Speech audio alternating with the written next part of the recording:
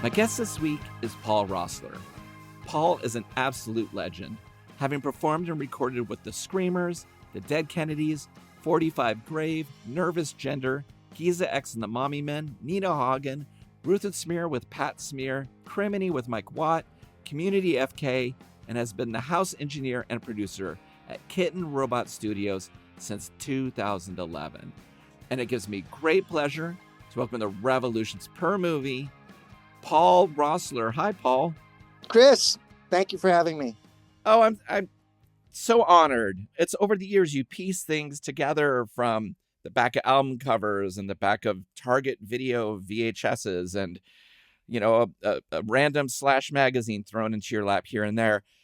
But I really kind of don't know much about your life before you entered the Screamers in terms of classical music and training as a kid. Did you want to take lessons as a kid, or was that something that your parents were like, this will be a good thing for you? Well, I think I was a little bit of a science experiment for my parents. They had this idea of like this super nurturing me and turning, there's like, I don't know, crazy high demands. They taught me to read when I was 2, and they would bring me out in front of their cocktail parties and demonstrate that I could read when I was 3 years old. So I was a nervous wreck and an insomniac by the time I was in second grade. I mean, I'm Right. not even exact. I was an insomniac in second grade. So anyway, Wow. they put all that, but they used to give me all this, well, if you'd like to take piano lessons, we'll try it. And if you don't want to do it, you don't have to. And we won't be disappointed, which means that they'll be disappointed. And Right. so, I was on the swim team and I had horseback riding lessons. And so I was like, my dad was at Yale. It's kind of like, we were like, sort of, I would almost say we were upper middle class. But it's interesting, like, I'm just reading Kid Congo's book, and I realize how That's uncool that great. is. And I just want to assure everybody that my parents had a divorce when I was about 13, and we collapsed economically, and I joined the rest of you in the class of the poor and downtrodden. So I hope you will accept me in your rock and roll misery. Oh, of course we will. Was Kira, your sister, also dragged into this? Well, so she's a girl. So back then there was no expectations of girls, they're just kind of there, they're going to have babies. I think they definitely was way more put on the first son. And I think Kira never forgot it. And she hasn't forgot it to this day. And she's been proving ever since that they made a grave error in their judgment of who should have gotten the nurture. Oh my God.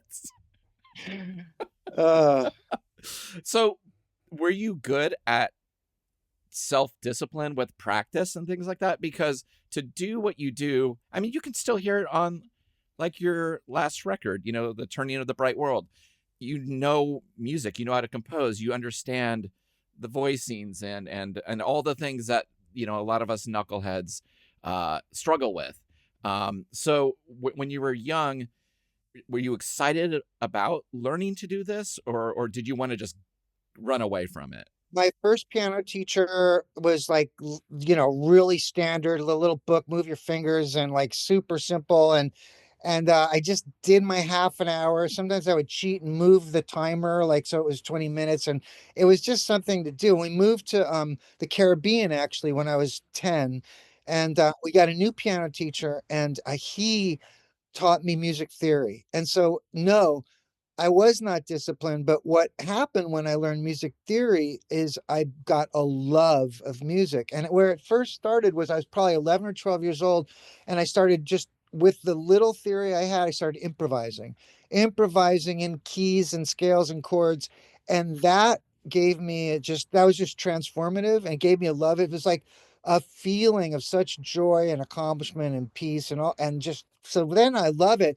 I would say, I am not especially talented. I know people like who've never had a freaking lesson and can play like amazingly, And I'm more of like a hard worker and dedicated with a love of music and studied it pretty hard, but not one of those gifted people where and when you talk about voicing, it's so funny because my voicings are rudimentary at best. Thelonious Monk just does it on the fly at 200 beats per minute.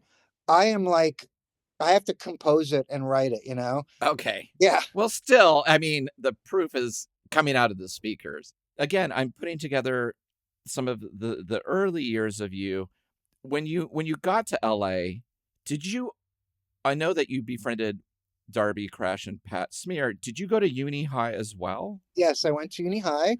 Okay. 10th grade, I went to regular school. And in 11th grade, there was a special school within a school that was super 70s freaky. That's what I've heard. I've have so many questions about it because I've heard from over here, like Lisa Fancher saying, "Oh, it was a Scientology cult." They have over here being like the teachers would like yell at the students to like haze them before they were allowed to go in. It just sounded like meditation and levitation. Like, is there truth in this at all? Absolutely. The Scientology Oh, thing happened at the after at the last, so I went for a full year and then I went to summer school afterwards. In summer school, they were transferring over to the Scientology. And I was kind of at war. They told me that Darby was a suppressive person. His name was Paul at the time, and that I should not be friends with him. And that was kind of like the last straw. I was like, I will not obey you. And so I dropped out of that school. But I went to a whole year, and it was more based on Earhart seminar training. But I did take a Tai Chi class every day at lunch, and there was a lot of Taoism. I was reading Lao Tzu, and yeah, there was yelling, and there was the instead of English we had rhetoric. The teacher was a radical rhetorician who studied like Kenneth Burke and Wittgenstein. So that's a like pretty intense. yes. Well, Yeah.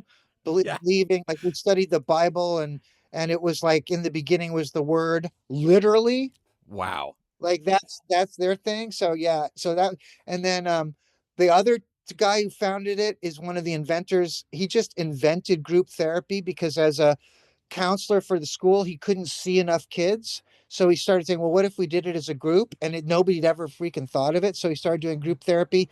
Later on, he became a consultant for businesses. Later on, he helped soldiers with PTSD. His name is Caldwell Williams. So he was an incredible guy.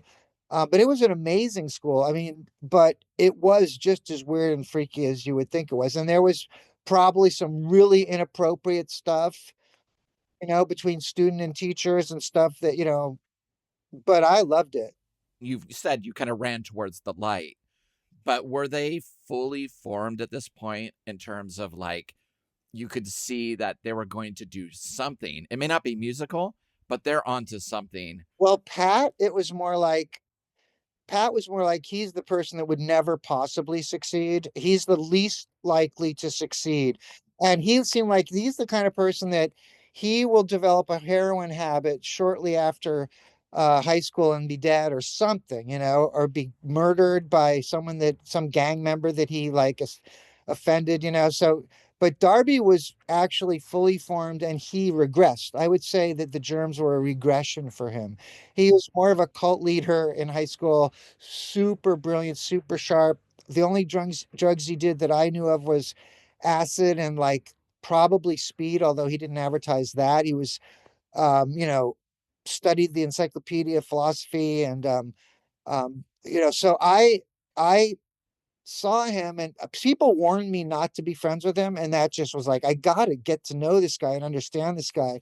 And he had a super endearing side that he was very cruel and hilarious, and but he also had an endearing side because he was deeply wounded, that Yeah. he didn't really show that. But you couldn't really be friends with him because he didn't really want friends. He wanted acolytes, which was really hard for me. But I just got really close to him for about a year, just went over to his house and did a lot of stuff, and he turned me on to David Bowie, and I listened to a lot of David Bowie. David Bowie has the potential for being a cult right there, if Sure.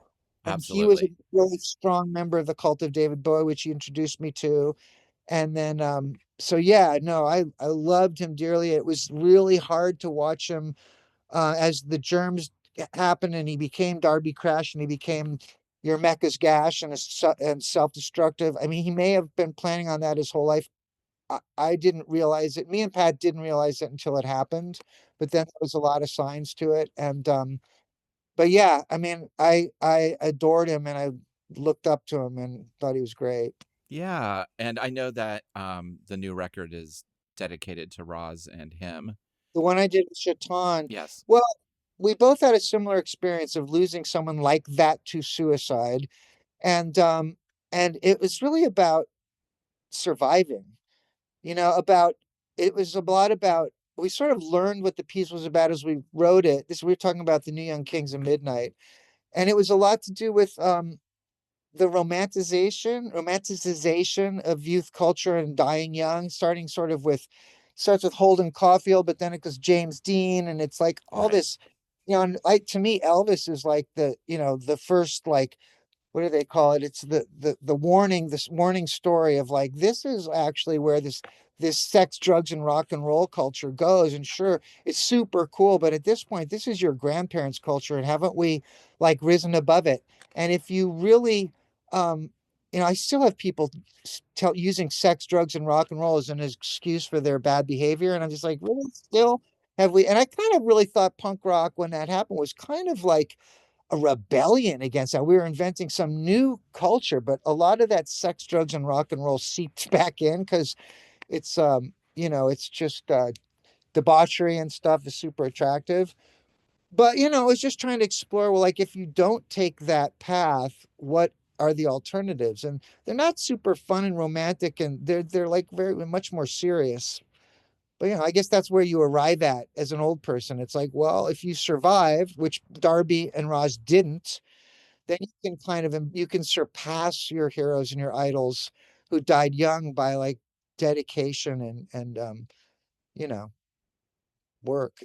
It's maybe not as romantic, but it's pretty challenging. It's fucking pretty hard to live in this planet year after year and be an artist. It's respect to the people who like didn't who survived and didn't stop doing drugs and doing that behavior.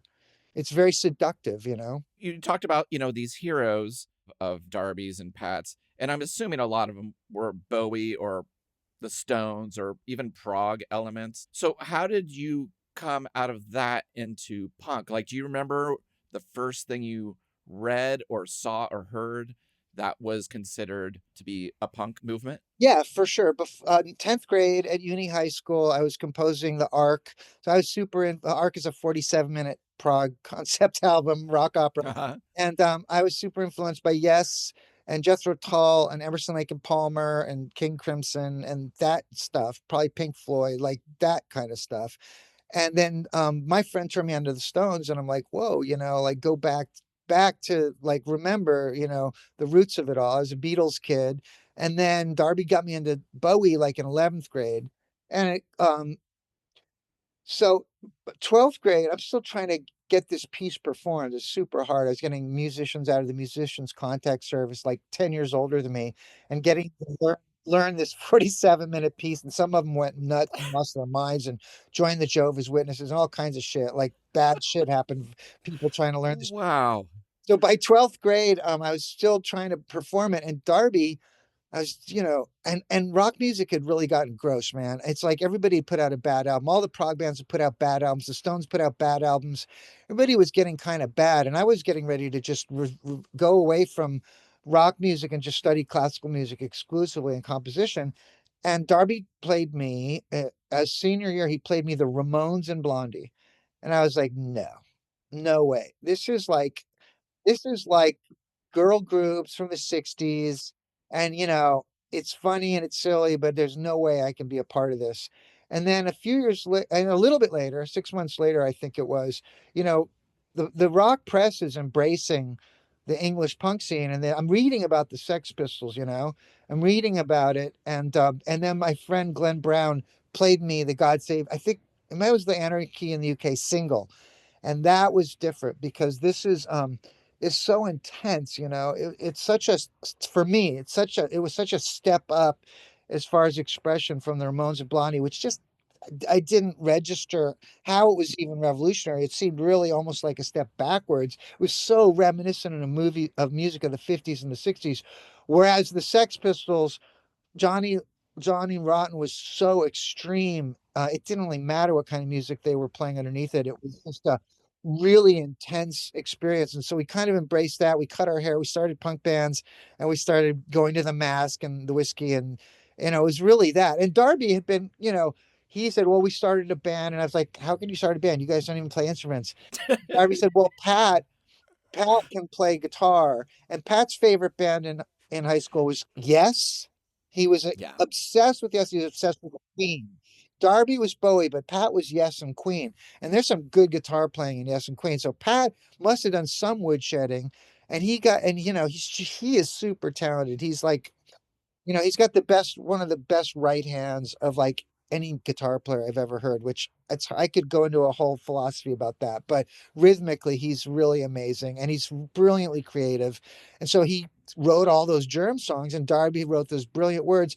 So you're saying I have a band, and they did it great. They got a band, then they, started throwing parties. Then they made up names and then they wrote songs and eventually they got instruments and finally they learned how to play their instruments and they started doing gigs before they learned how to play their instruments. So they did everything out of order. And finally I went to a show and it was the Germs and the Deadbeats. And the Deadbeats are like odd meters. The drummer was super influenced by Phil Collins and Genesis, and they were almost like a Captain Beefheart, but they were still very punk rock. And even in the LA scene, people argued whether they were punk rock, but they were definitely punk rock. I don't know if huge. I thought they were amazing. And then the Germs went on, and the Germs were mostly feedback and just like riot provocations, but that was even more incredible. Like this was even someone would say, "Well, it's performance art," and I was like, "Nope, no, it's post-performance art. You can call it whatever, but it's really like we are the new generation, and we are on stage now, and you have to deal with us, and we're different." And it was like amazing, and I was like so sold. The combination of a really musical punk band like the Deadbeats and the Germs, which were like the epitome of like the spirit of it, and I was really transformed at that show and was just all in. Well, it's amazing because you mentioned that they did things out of order, but so did the Screamers. Like, people knew their photo and their logo before they even had a show. I used to make jokes. The bands 45 Grave and the Screamers, we did more photo sessions than rehearsals, Right. It's which amazing. was a good call, actually. I mean, the Screamers, before you joined them, they were one of the biggest bands in LA. Like, they were beloved and so good so quickly. Like, what was your first time seeing them? Yeah, like I said, I was reading Kid Congo's book, and he lived in the closet at the Screamers' house. He was just a fan. He was running the Screamers and the Ramones fan club. And he became Kid Yep. Congo. Like, wow, amazing. But um, uh, the Screamers. So I didn't see them. They had a temporary keyboard player, and the word went out they were looking for a keyboard player, and everybody said you got to be in the Screamers. And I hadn't had a chance to really see them actually, Okay. but I got their 5-song demo that they made, which they actually finally released in the last 5 years, and I was like, wow. I mean, it had Mater Dolores on it, it had Punisher Be Damned on it, it had Peer Pressure on it. It was just like incredible, and there was no guitars. So I was already going to be in the band because they were the biggest band in LA. I mean, them and the Weirdos were kind of the biggest band in LA, but then the Screamers got even bigger. And when I got in them, they just continued to grow. And when the Sex Pistols played in San Francisco at the beginning of 1978, and I went up to Tommy Gear, and my sister and Trudy and a bunch of people had already been setting it up. So I went up to Tom and said, "Hi, I'm your new keyboard player," which he loved that. He thought that was very bold. How old were you at this point? Like 19? Right. Yeah, it was. And they were older, right? Yeah, they were all. Tomato was 30, and they were all 25 and 20. Tommy and KK were 25 and 26. So yeah, Which is a total chasm when you're that young, you know. and they were like old hippies that had embraced, to me they were hippies that embraced punk rock, and they were doing a Yeah. great job of it. Right. I was like part of the Germs crowd. I was like, the new breed, which, and there was always like that little gap. I was always kind of on probation. I was always driving them nuts. They were listening to Nina Rhoda and Noy and all these cool. They turned me on to probably to Eno, and I was into Roxy music. But when I got into the Screamers, I suddenly realized, there were for like 2 weeks when you get into punk rock, you're like, oh, I shouldn't listen to the old music. And like about 2 weeks later, I'm like, I'm always gonna like Yes, they're always gonna be great. And then Right. like I love Bob Dylan, but I only had his greatest hits album. I never listened to, so I deep dived into all the Bob Dylan and Jimi Hendrix record, and that's what I was deeply into for the Screamers, and that's what I was bringing to the Screamers was like, Yes. how would Jimmy play this, And Jimmy, a lot of Oh, the right hand, Pat's right hand, and Jimmy's right hand, like the flow of it and the rhythm, and making you really want to dance when you're listening to the Screamers. oh, and break stuff. That's the great thing about it. It made you want to dance and break things at the same time. One of the strangest things is there's always, this talk about the Screamers being the great lost band. They didn't record, they never put out a record during their time, but they were documented by Joe Reese, who had Target Video, who documented Throbbing Gristle, Dead Kennedys, Black Flag, Flipper, Survival Research Laboratories. Those VHS tapes were essential lessons for me. Like I was able to find them when I was quite young at an independent record store. And so seeing Throbbing Gristle was so different than listening to it. And do you remember much about Target Video or Joe Reese, his setup? Like, because it's kind of professional for what it was at the time. Yeah, we did two. We used to go up to San Francisco almost once a month. And one time he just caught us at Mabuhay. And that was one of my first shows. I think we were on our way to a West Coast tour. We were on our way up to Portland and Seattle and Vancouver and stuff. And I was one of my first shows, but it was a great show. You could see Jello in the audience. The audience, Yeah.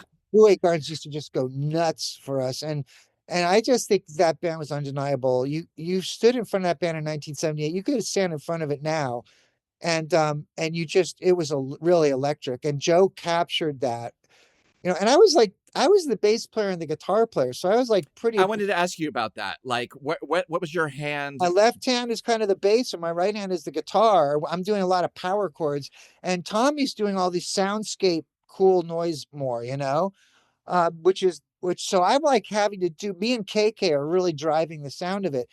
But yeah, Joe just captured us. It seemed like he had two cameras there, and we must have gave him permission. And then I think we went back up and we did some shows at his studio where he Yes, set us up really close together, and we did Vertigo. one camera at this point. Yes, And Tamada knows where the camera is at all times. It's amazing. Like even when if it's a side shot, he knows. Like he knows how to play not only to the audience, but he knows he's being filmed the whole time. So incredible. he is one of the great front people. I mean, and I played with some good ones. I mean, Nina Hagen, her face is like kabuki. She does Absolutely. she's incredible. And Tomato is from that same school.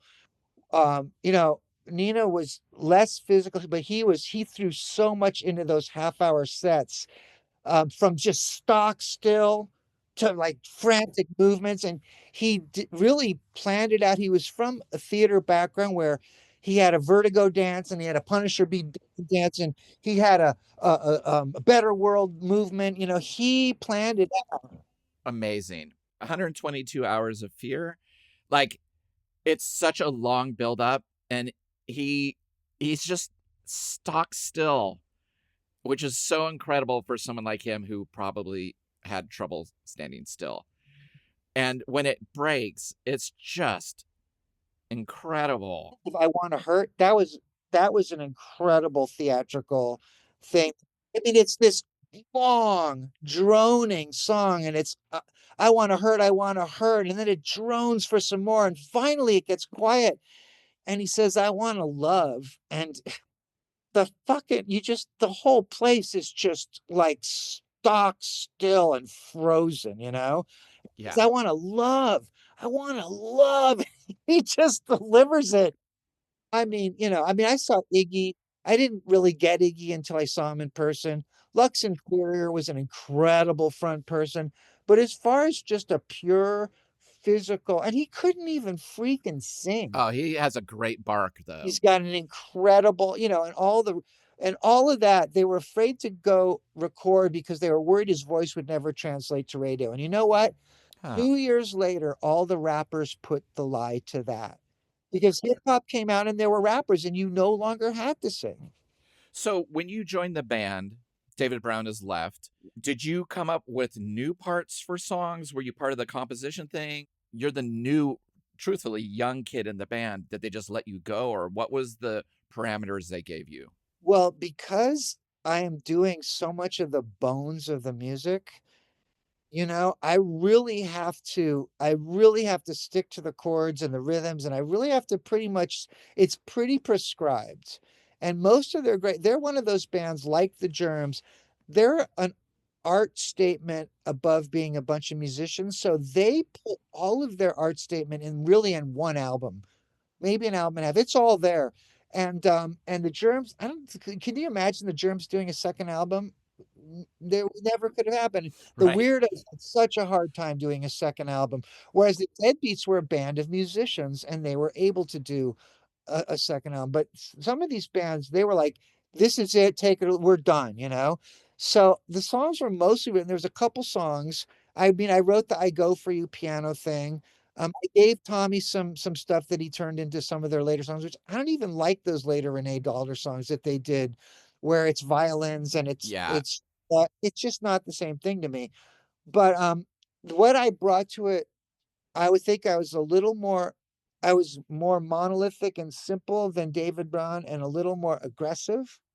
I was a little more metal, and a little less jazzy, They had one side of the Screamers was this comedic, I'm going steady with Twiggy side, campy side. Right. Being a straight hit, man, I didn't really get camp. I didn't identify with that. To me, it was the power of the band. And so inevitably, because you only have four people on stage, there's a chemistry. And inevitably, the way I play is going to lean us all more and more towards this powerful, anxious, big side, and a little bit away from the silly. I mean, I still play the songs, but just the chemistry, I'm pulling it that way a little bit. If you can say anything about this videotape that I had, I'd never seen a band set up the way it was, where the drummer is on the side. And one of the greatest drum performances captured. What an incredible drummer. And you can feel it. Like, yeah, he's definitely matching where this new energy is going. Yeah, It's incredible. he went to art school. He painted his drums gray. At one point, David Byrne and Eno were in town making a record, and they came over and borrowed KK's drums. And I'm like, why? Because he painted them gray, but they wanted the screamer sound, so they took his drums, which I think is hilarious. But no, KK, okay, so nowadays the idea of tribal drums with a lot of toms, it's like it's been done a million times. But at that time, Yeah. it was like he was like, "Well, I have to play a lot on the floor tom because there's no bass. I'm occupying the low end of the sound." All right. Very conceptual about all that stuff. Yeah. Like the down, down, down part of Vertigo. Just like, yeah, you're right. Something needs. Well, there's something called subsonics. It's the thing you feel. And that comes a lot Right. from the kicks and the toms. And I'm just above that. I'm just above those sounds. Right. So yeah. And what was the actual physical instrument you were playing? What was Ah, the keyboard they and what was your pedal setup? They handed me a Fender Rhodes through a Big Muff, and the Fender Okay. Rhodes, and then I also had my Steiner Parker Synthicon on top of it, which What's that? I still have it. It's this awesome, amazing modular synth. Right before that, you used to see a lot of synths with cords where you'd plug things in to run things around the synthesizer. This synthesizer was the same thing, only you could do it with switches, which meant you could on the fly do amazing stuff. And I still use it now, but it would do a lot of those hawk winds, sweeping wind sounds that you hear on, say, Ava Braun and stuff like that. And so Right. I had that sitting on top, and I would use that a little bit. But mostly it's the Rhodes. And the great thing about a Rhodes, it's a very organic instrument. It is not digital. It's tines with little springs on top of it that go out of tune. So there's a lot of beats and a lot of, harmonics. It acts like a guitar in a lot of ways. In the video at one point, you have to rush out from behind the keyboard to plug it back in. Like it's just like you go away for a bit. Like something happened on stage. Was it a very dependable instrument? Was it like a machine that you could count on, or were these things like breaking down all the time? No, it did not break down, Okay. but some of those shows were pretty wild. It did not that did happen, but what it did happen is the more you beat on it, the more it would start to detune, and it was not an easy thing. I did learn to go in there and kinda tune it. It's not an easy thing to tune. Right. So, that's what I'm saying. It wasn't perfectly in tune, which was fine. That just gave it this, largeness, which was, it didn't sound it just did not sound like a digital instrument of the digital instruments that came later. It definitely sounded like an organic beast. Depending how hard I hit it, had a lot to do with what would come out. Oh, and in the video, you are a maniac. Like, well, you're all maniacs in it. And also, the way you're set up, like you and KK are facing each other. And I mean, could you hear what was going on at all with that setup? Was it almost better to kind of be facing other people than facing the audience? Well, it's a very simple setup, man. It's me and KK, and like we're talking about the frequency spectrum, I'm in the middle and KK's a lot on the bottom. He doesn't use a lot of cymbals, and gear is up in the highs, and you could really hear each other pretty well. It wasn't one of those bands where you walk on stage and go, I can't hear myself, I can't hear the sound. It's like it was just constructed really brilliantly in a way that it was pretty fail safe. So you're in San Francisco, you go to the Target video to shoot, you go be filmed at the live show. Was there a goal with this material? Was it just like, oh, someone has a studio, they want to film us, that'll be fun? Well, remember, this is like really early in the days of video. Yes, 78. Yeah, I mean, it was, and that's why there's not a lot of stuff from back then. So you have an opportunity, and I think the Screamers, what was the goal? I don't think the goal was to be a band. I think, you know, the band went so well. I think very quickly they set their sights on a higher thing, and I think they wanted to be a production company. Now, a band that did that was Mark Mothersbaugh. He, he took his band and now the band got much bigger, but the Screamers got investors and they built a sound stage and they tried to do it. The problem was, the talent on the video side of it, I don't think was up to matching the talent that was on their side. And if anything, he sort of demoralized the talent that was there. I feel that too. Like he tried to make a film, I think called Mensch at first. That was like a Cabinet of Dr. Caligari thing, and then that Population One thing. Population One, yeah. They really lean into the camp in this thing, but it's corny. And that is one thing that the Screamers never were to me, was they were not a corny band. Even if he was dancing across the stage, like sneaking like a cartoon character during certain parts, it was like the greatest thing you'd ever seen. And you just bought into his performance. Where in Population One, if you watch it, it's like there's a distance and it almost feels like they're almost too self-aware of being arty. Well, the Screamers always had this looming presence of Tommy Gear. And you always see these pictures of the two of them. So if Tomato was like the id, then Tommy was the ego or whatever, however you want to put it. Tommy was quite a formidable character that I really admired. And you remove he was KK. I mean, you know, Tomato could be silly, and Tommy was in the background looking like a puppet master, and it gave the whole thing a context, made it very believable.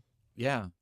So when did you pull away from the Well, Screamers? almost as soon as Renee Alder got involved, it wasn't the Screamers, and it was, there's nothing wrong with that because I think Tomato already was saying that he didn't have the energy to do these live shows. He was 30, so I don't think it was his age. It may have been that he was getting sick with, what he eventually died of. But at any rate, he wanted to move over to acting. I don't think he really was in love with being the frontman of a punk rock band, which is odd because it seemed to me a little tenacity and a little bit of patience, and it probably could have been a good career for him. But I just think they set the sights higher. He liked the idea of being an actor, and why wouldn't you think he could be successful as an actor when you think about it? I mean, Yeah. to be able to be so successful as a punk rock, star, it seems like he could have just turned that and become an actor that you would have seen. I mean, if Henry Rollins could do it, couldn't Tomato have done it? And I'm not sure why that didn't happen. I don't, but it's kind of weird when you think about it that way, because I think he wanted to make the transition actor, and boy, it's not a thing that you would think he couldn't do. But that didn't have. So as soon as that happened, I was pulling back. I mean, they were trying to, Renee was trying to split it up. He was trying to do something that I later saw many times, where you isolate the singer, tell him he's the important thing, say that the band is unimportant and they're replaceable. And that was Right. going on. And first they separated me and KK as being unimportant. Then they split him from Gear. And I was just like, dude, and I mean, it was just, as it being 19 years old, it wasn't like I could really battle against these forces. I could sense what was going on. And my gut told me that it was stupid what was going on. But the Screamers didn't want to just sit there and be the Screamers over and over. They wanted to evolve. So there is that. So I started playing with a lot of other bands. I started playing with Gaze. I started playing with Nervous Gender. I started playing with the reformed Deadbeats under the name Bent. I played with a band called Neighbors Voices. Who am I forgetting? I was playing with a lot of other It's things. amazing. You know, Well, that's where I first saw you next, was that Target Nervous Gender performance. You look at the Screamers, who are so tight in that Target video performance. professional. Again, you're performing with another synth band, and it's like, no, you haven't seen anything yet with synthesizers. It is the most. And I was a kid that grew up with like the Residents and Tuxedo Moon. Like that was in junior high. That was my language. I was familiar with this. But like Nervous Gender, getting that compilation VHS tape that you're performing in, I was like, I didn't know you could do this much damage with three synthesizers. It's so weird. So how did you find them? Well, yeah, I think it was 79 or something like that. And I went into the Hong Kong Cafe and I saw that. And there was one band they reminded me of, and that was the Germs. I mean, Absolutely. that level of chaos, and yet it was all synthesizers. And there was not a drummer. I think there was three synthesizers and Frank. There wasn't even an 8-year-old drummer or a Don Bowles. There was three synthesizers and Frank. And all the rhythms, they're MIDI, they're not MIDI together. So all the modulations No, are it's off. And I think I did a backflip off the stage and broke my toe. And now, like 50 years later, that toe's really bothering me. it's like Nervous Gender toe. Oh my God, I was so amazed. So later, I mean, I was just a fan. And I think they liked the idea, well, if we get a screamer in the band, that makes us look cool. And I was like, and I really wanted to not, you couldn't tighten them up. So No, the 8-year-old drummer, and I had the street sign with the piano pickups attached to it. that's what it is. Okay, describe what, for people who haven't seen it, what you're playing. It's like a metal street sign, and I've got pickups attached to it running through distortion and effects. And then I would drop coins on it, or I would roll dice on it, or I would hit it. And I also had the Steiner Parker Synthicon, and I was doing white noise shit on that. Yeah. So I was trying to sort of keep a beat, but not, it was impossible. So I was trying to add more rhythms. And I had this theory because, I read Brian Eno and he has all these theories that make his chaos sound like it's on purpose. And like, and like, well, you put amateurs alongside of, and it's cybernetics, and you put up a complex system. So I came up with a name for it. And it's like, my name for it is, we were doing avalanche rhythm, and it's the rhythm of a whole lot of different boulders falling down a hill. Oh, that's brilliant. That's so perfect because the 8-year-old drummer is doing his damn best. Like he's invested, He's invested, but he's not. but his muscles are only so formed. Yeah, he's got no idea. And you know what? It's not his fault. I mean, it's very. No. I couldn't do it either. So finally, you got two drummers not even trying to like, but just adding more rhythms. So it ended up Yeah. being like, I don't know. My father-in-law studied with Brian Fernio, who is a classical composer, who was a exponent of the complexity school, and they were writing pieces where the music was generated by logarithms, and his idea was it was the most complex music ever written. Wow. But they have heard Nervous Gender, because if you would have tried to actually score what was truly happening with Nervous Gender, most complex music ever performed. It's amazing, and you don't know where to look. And it's really fun in the VHS tape. You see like Klaus Fluoride and Bruce from the Dead Kennedys standing there, just like another show, you know, like they're just like, oh, Well, we've seen Nervous Gender a million times. not everybody who saw that, responded to it. They don't always. First of all, Gerardo was a very confrontational singer. Yes. There's an intense, angry, like gay, queer fucking thing going on in like 1980, like fucking cutting edge, state of the art, confrontational, queer, battleground. It's like, wow. And like, there was so many things going on that it would easily, the Screamers, you couldn't stand in front of it and not receive it because it was minimalist and boiled down. There was so much going on with Nervous Gender, and so it's such an amateurish way, but so much going on. It's intimidating. It's truly intimidating. Screamers are intimidating, but you surrender and you go with it. It was a rare person, me and Don Bowles and a few of us saw that and go, wow. And I'm glad you were able to see it. Absolutely. I mean, these things were influencing us on such a base level. Like all of a sudden we're like, maybe we should, like, not every show should be the same. Like there was a certain point in the 80s where our punk band was like, yeah, we don't want to do this over and over again. What can we do different this time? Like, so let's put on a show. And a lot of it was coming from the information in California on these VHS tapes. And yeah, you watch this Nervous Gender thing and you're like, they never did it like this again. This was their night. This is where they were this night. Next time it's going to come out from a different space. Where the Screamers, you can tell, we're like, we practice. We have a show. But the thing is, they were playing songs, Absolutely. and you could do the songs. You could eventually master your craft and make those songs digestible and make sense and tight and all those things. And they were great songs. They were a great song. But for me, there's a timeless magic, a once in a lifetime thing that absolutely, like, so I mean, I saw the first time Bad Brains came to Los Angeles. Wow. And it's like, you just leaves you speechless. Now, could Bad Brains sustain that for their whole career? No, it was so intense. And same thing with Black Flag. They never wanted to do the same thing. And every single thing they did, you had to go, huh, this is different. Is it good? Is it bad? Do I like it more? Do I like it less? And a lot of people, they just will say, I don't like it, but really, it's this constant evolution. And I mean, uh, the Germs, people who hear that, did an interview recently, and someone was asking me, and they thought of the Germs.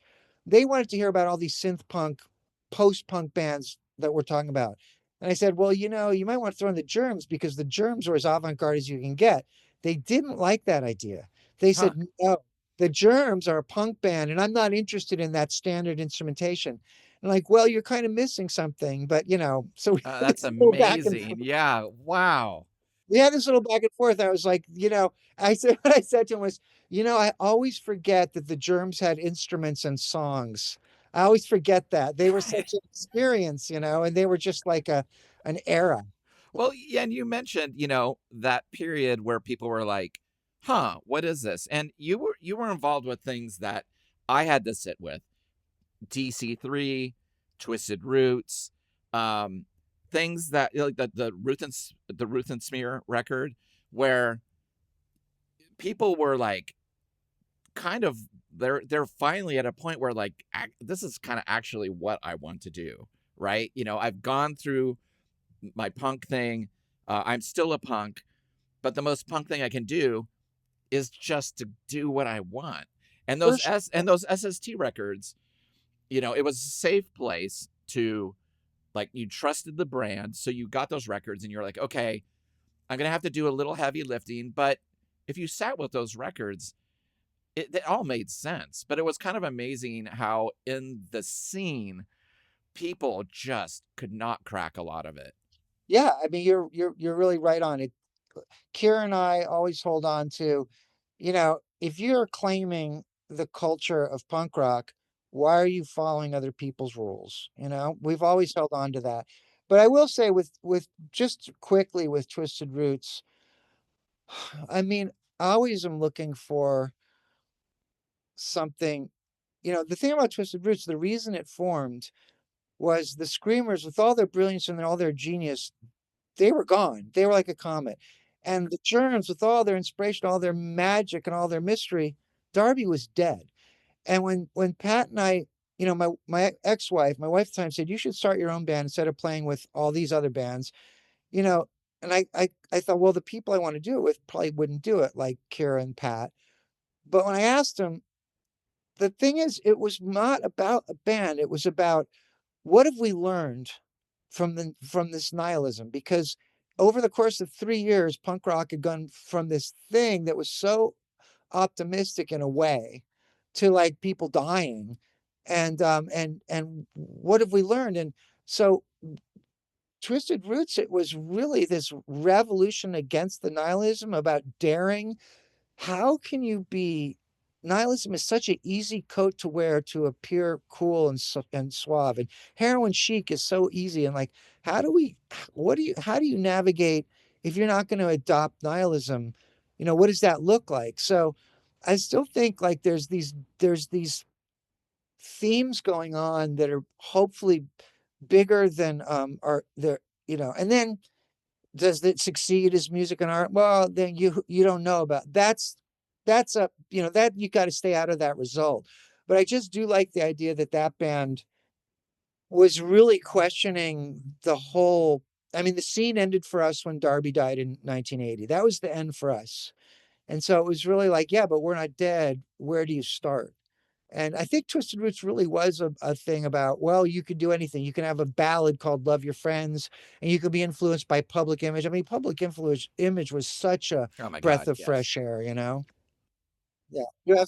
It's so awesome to speak to someone that really, even from long distance through the video, really, I could just tell, saw, experience what I was experiencing. I mean, that's Yeah, magnificent. yeah, no, thank you. It's like, again, I'm very lucky that in a city the size of Portland, that there were a record store owner who was like throwing his old Slash magazines in my lap, and New York Rockers when he was done, and Surgeon Destroys. Like, he was just like, I read it. Here you go. I had people who had the Target videos coming in, people who would just, you'd pick up a record and you'd put it down, you'd pick it up, and then they'd be like, that's really good actually, and you go home with a Cramps record. and and Yeah. and I'm just really lucky at that period, uh that I had people who were kind enough to just kind of guide me. And because a lot of this had been, you know by the time I got into it, it had happened, right? But like, there was still things going on when I started getting into it in like 81, 82. There was a lot to catch up on. But yeah, it was what you everyone was doing in California, whether it was Gary Panter or the Screamers or Target Video or SST, New Alliance, all that stuff was it did my head in the most magnificent way. So I want to thank you for that. Well, we saw subjects I could still like, go wax poetic about. So maybe we'll do this again. I'd love to. I would love that, Paul. We need to talk. We still got to talk about the 45 Grave video. We got to talk about Nina Hagen. We got to talk about your new album. I'd be honored. I'm sorry to tell you, but at the end of every episode, I do ask the same question, but I tailor it depending on what we're talking about. So on a scale from 10 being the lowest and 52 being the highest, how many coins and dice sliding across a road sign that has sound attached to it so that you can amplify it out do you give the body of work of a young Paul Roessler, from 10 coins and dice on that road sign to 52?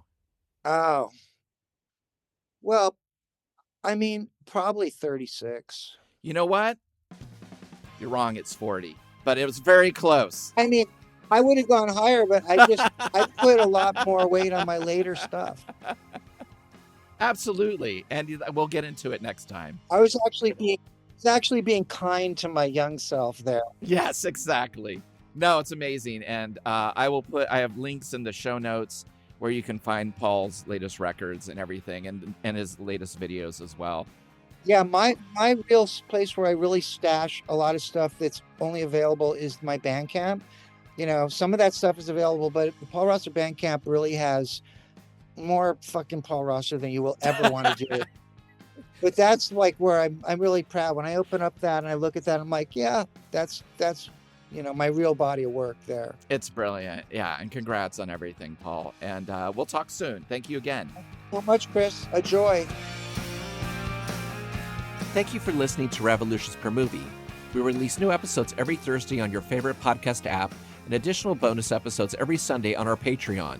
The show is a completely independent affair, so the best way to support the show is through our Patreon at patreon.com/revolutionspermovie, where you can get weekly bonus episodes and shows, exclusive limited edition flexi discs and records and CDs featuring guests that have appeared on the show, and other exclusive goods sent to you just for joining. You can follow us on social media at Revolutions Per Movie and also find out more information about our various guests in the episode show notes. Thanks again, and we'll see you next week. Bye.